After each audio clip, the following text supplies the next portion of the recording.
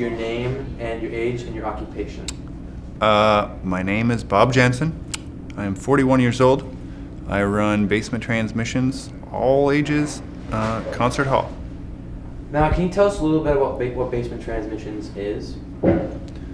Yep.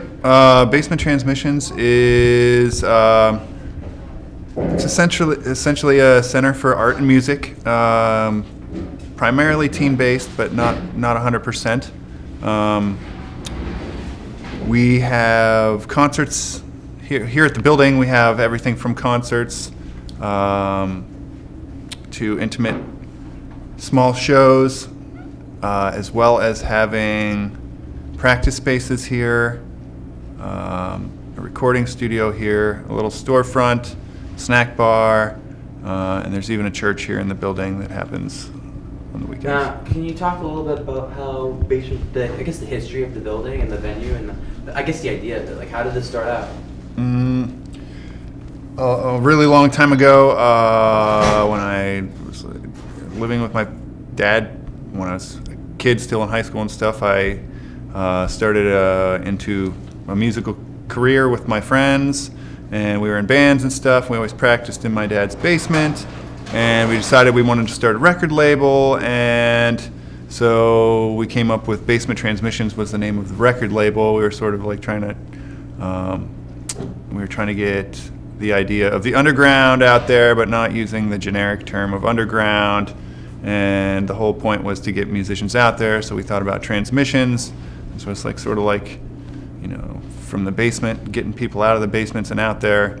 And that's how the term came to being. Then I I was a promoter at the time. I was putting on shows as well, and they sort of molded together into a record label and a promotional company.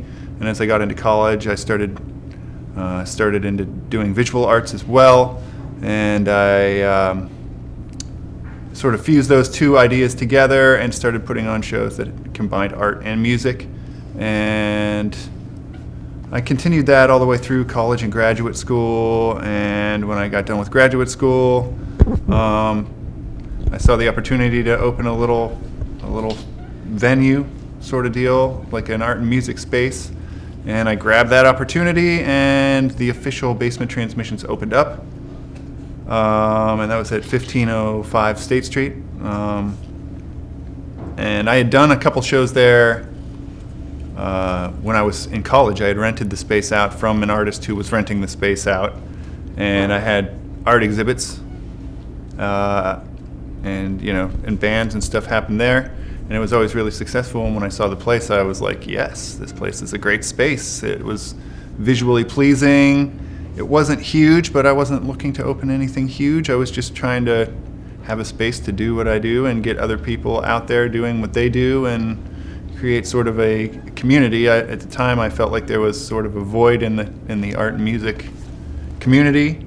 Erie hadn't really had a venue in several years, and every city needs an all ages space because there's a lot of talented kids and people out there, and they don't really get the opportunity to exhibit those skills at bars and places like that. So when I opened it up, it seemed like a great thing to do, and it was. Here we are today.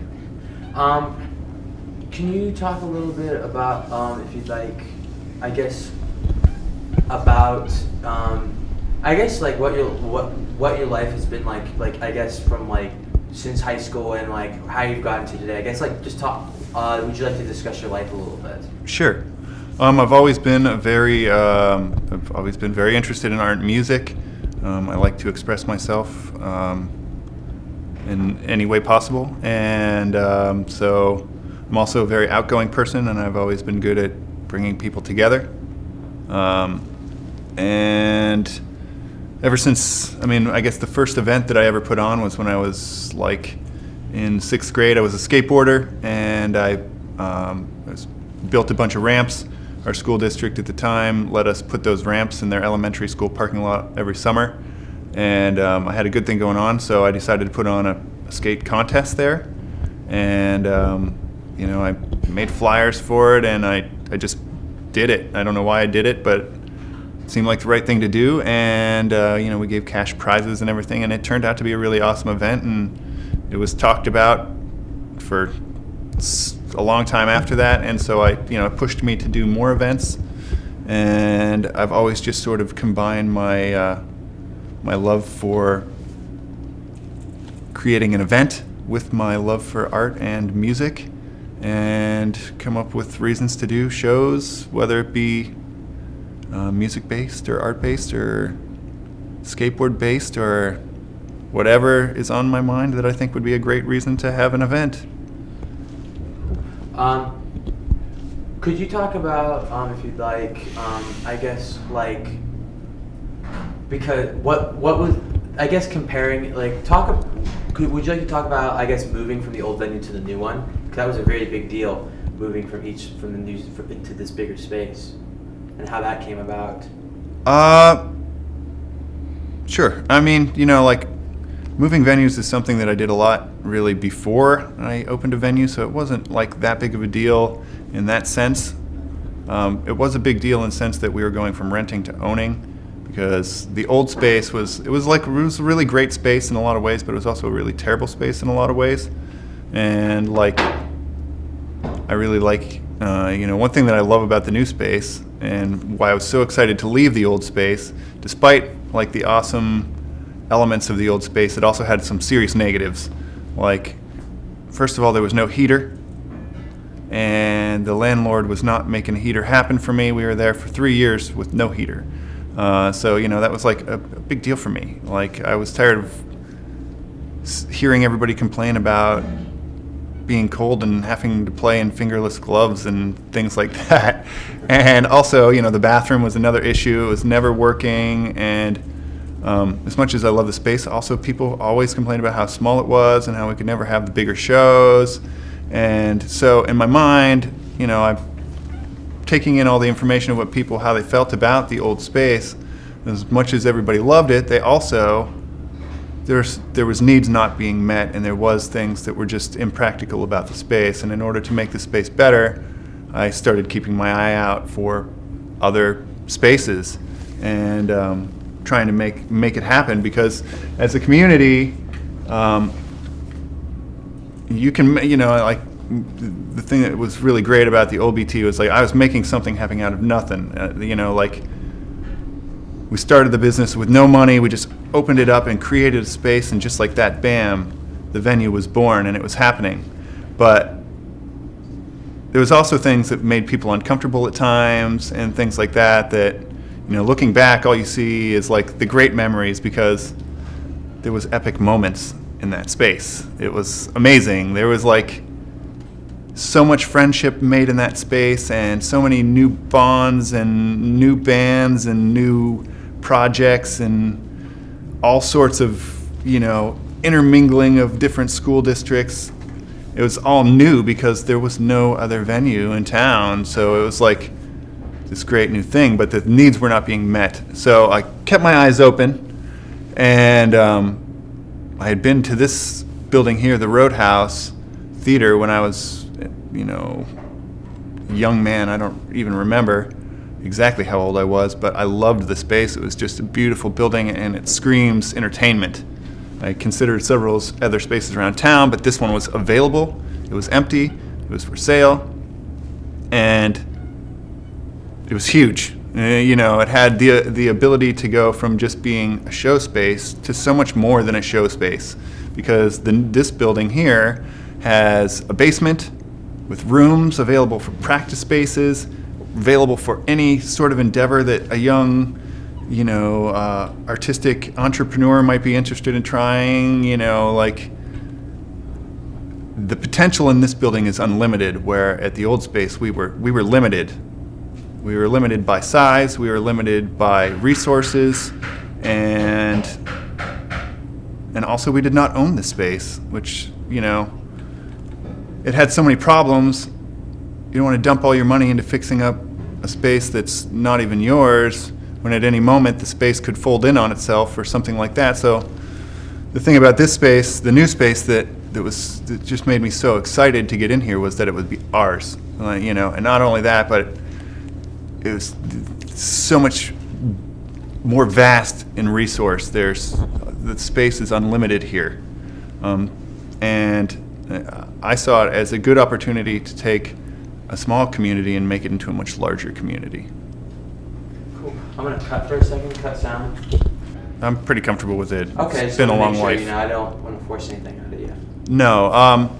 When I was a young man, I was not disabled. When I was I was disabled when I was freshly 17 years old. So up until that point, I was, a very physical young man as a skateboarder and just really involved in a lot of physical activities, swimmer. And then I was always a very alternative looking kid. I had dreadlocks, and in the 90s, and it was like a lot more progressive than anyone in my high school, really. And a group of football players apparently took a disliking to me, and they sort of cornered me in the basement space. One gentleman in particular, that he decided he wanted to fight me for no real reason, and essentially beat me up and broke my neck. That's what the short of it is.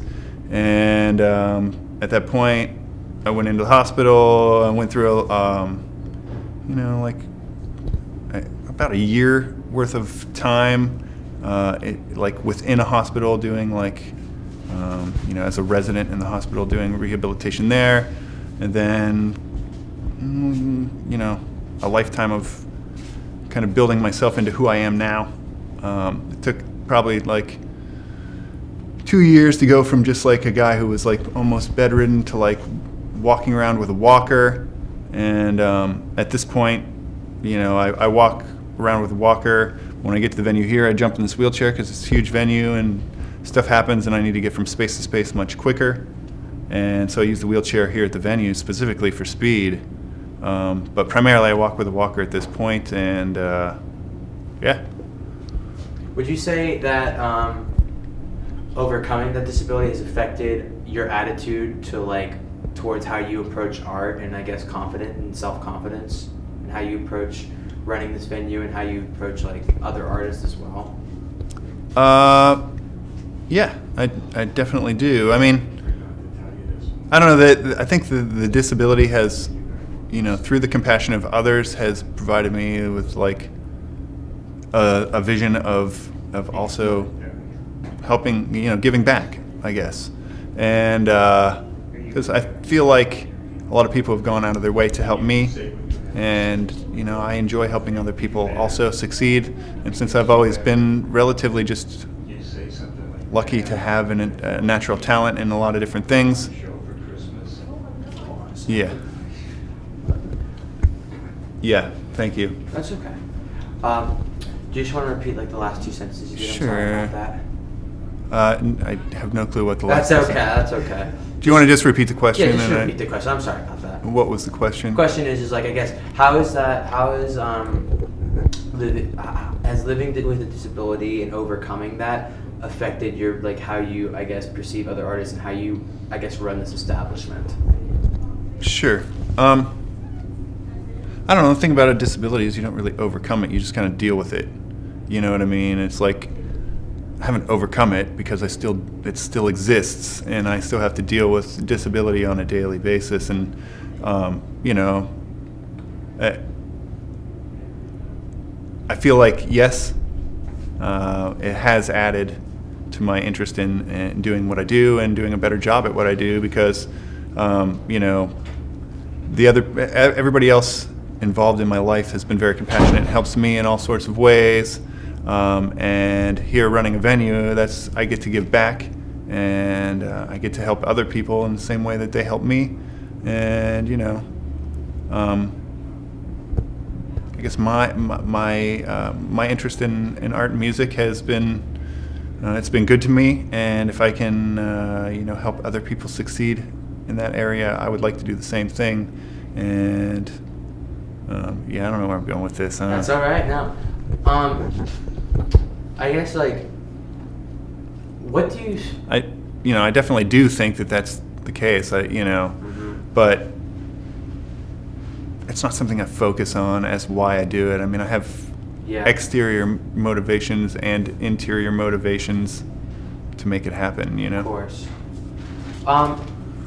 What do you, I guess, like a lot of people, a lot of young people, you know, you've given a lot of young people a chance, and a lot of, you know, a lot of young artists who, you know, wouldn't have hadn't gotten a chance because of Basement Transmission. Like, I got my start here just doing music, but now that led into me doing film and everything. Totally. And it's definitely gotten to me where I am. So a lot of people take a lot of inspiration to you and look up for you. And like, what do you hope, I guess, like, even like just disabilities, like just like the venue and like what you've done for the community, what do you hope young people and people who are in the artists in the community are able, should be able to take away from, I guess, the venue and their time here? Because a lot of people come here and they might grow up in something and move out of here. But, you know, what do you, I guess, do you hope for them to take anything from being in this space and being a part of this community at some point? Absolutely. I mean, I think growing up in the music scene in general is like where all of my friendships were formed. Like being a part of the whole scene is why I am who I am. It helped me through all the things that I disliked about life, and it made all the things that I loved about life better. And I would like young kids to have that same opportunity. And I sort of had to like create my own venue space, like in my dad's basement, or at, just setting up guerrilla shows in the hallway at Loveland Hall at Edinburgh University, or, making events happen wherever I could. And I would like other kids to not have to do that. If they want to set up a show, there's music equipment for them that's high quality, and they can have a good show. I think that's my main goal, is to provide a place for other people to meet other like-minded people. And I feel like I have a lot of skills to offer them just through my experience, and I'd like to pass those skills on to them if possible, or provide them the opportunity to get skills from other people that I know that have amazing skills, and Basement Transmissions is a great space for that. And I like you said, even all the way back with your band and the people that you intermingled with there, it's like to create a space where the people that don't necessarily fit in at their high schools and stuff can go and meet other people where they do fit in and where they do. And I feel like a lot of times in high schools and in the institutions that are set up by the government for kids to meet and for society to get people together, Basement Transmissions is a place for people that don't really fit everywhere else to meet and come together and sort of form all their dreams, like to be a filmmaker, or to be, a poet, or to be a printmaker, or to be any of those things. You got to have resources, and the only way to get those resources is by bringing minds together and finding out where the resources are. And people help each other succeed. If you're just stuck in your house alone and not getting out there, and you don't have a place because you just don't feel like you fit in, you're never going to get anywhere. And Basement Transmissions is that place for people who don't really fit in at those places to come and meet people where they do fit in. And now that music and art is sort of, leaving our high schools, the funding is being left behind, it's all the more necessary for a place like Basement Transmissions to exist, because, the art and music nerds and geeks don't have a space there. So this place is essential for all alternative people to come together and make their dreams happen. Cool. I guess last question, and I just want to get this on camera, is that you still be interested in going back to the Elevator and just seeing the space and what it's become of it since? Absolutely, man. I love that place. I got, like I said, amazing things happened there, and some of the best memories of my entire life were formed in that building. So I'd love to see it. Yeah, it'd be great. All right, let's go then. All right, we're cutting. Groovy, and we're gonna